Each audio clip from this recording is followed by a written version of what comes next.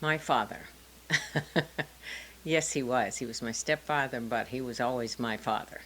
And he was a man who was very much a family man, besides the fact that he was a well known Edgartonian.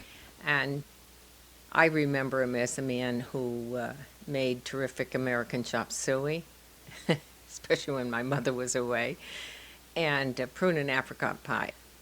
And he almost always beat me at Chinese checkers and a table puzzle.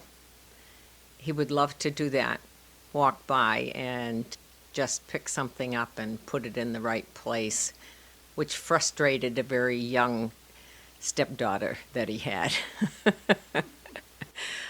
He was a fine gardener, loved his garden, grew melons, cantaloupe type, as well as other things, I'm sure. But for some reason, that impressed me. I thought you only bought those in the grocery store. We raised chickens, which he had to put to the end of their life, shall we say. And I was the only one that would help him. So he just said, "Come on, Sal." And off out we'd go. His work, of course, was a very important part of his life. And no matter how busy he got, he never seemed to have any problem stopping and chatting with the friends that would come in to sit around, and some would whittle, and I remember that. And they just sort of kick away the shavings that would be under their feet. I don't remember anybody picking up a broom of any kind to move them around. It was sort of just kick them out of the way. And I'm sure they had lots of stories to tell that I, as a young child, didn't bother to stop and listen, and probably was not welcome to listen. What would be the scene when you go in? It would be one or two or more men sitting on wooden sawhorses, and as I say, this constant floor covering of shavings and tools on his workbench that I was sure he would never be able to find the one he wanted, but he knew exactly where it was. But it looked like just a mess of tools at that point. I also remember seeing what I would call the ribs of a boat that he was building, and with these clamps on it. And I would see the steam box going and having something steamed. On other occasions, when it wasn't a boat, it would be a table that he'd be making for somebody particular. I don't think he ever just made a table because he wanted to make a table. It was always to give to someone, just someone he wanted to honor at the time. He made beautiful tables, I thought. He made half models, and there are many of those out there. There are, as I understand it, 2 of them in the Smithsonian.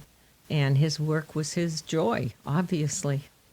Would he really concentrate hard when he was working? I suppose he did, but it didn't show, not to me, because if somebody behind him were telling a story, he would stop and laugh, turn around and laugh, or make a comment about whatever was said. And that never seemed to bother him. He'd go right back to what he was doing, as though he'd never stopped.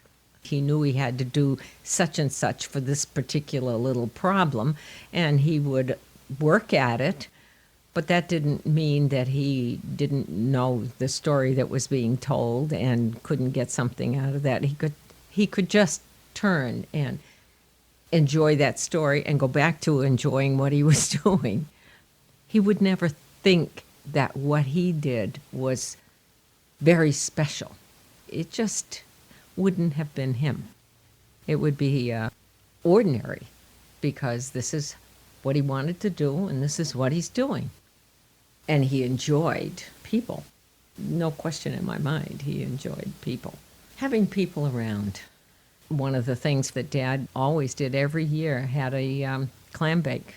That was the big thing of the summer. It was on Chappaquiddick at the Welch's farm, always.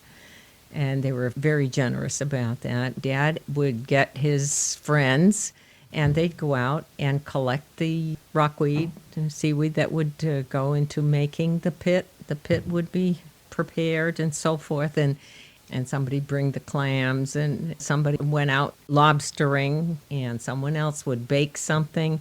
It was an effort by many and enjoyed by everybody. And he always wore suspenders, didn't he? Always.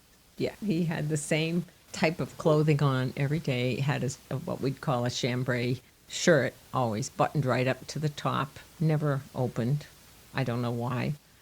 And his pants were always fastened with suspenders. Always wore his long johns. We used to tease him about it. In the summer, he'd have the long johns on. But when they went out for a ride on Sunday afternoon, he'd put his suit and shirt and tie on. That's the way it was. And he always had a cap on. Of course, he was quite bald on the top of his head. He had the best looking hands I've ever seen. True workers, craftsman hands. And big smile, which is a Portuguese smile. I don't know how else to explain it, but I've known so many Portuguese people, and they have wonderful, strong-looking teeth, and when they smile, it just opens up their face. You just adored him, didn't you? Mm-hmm.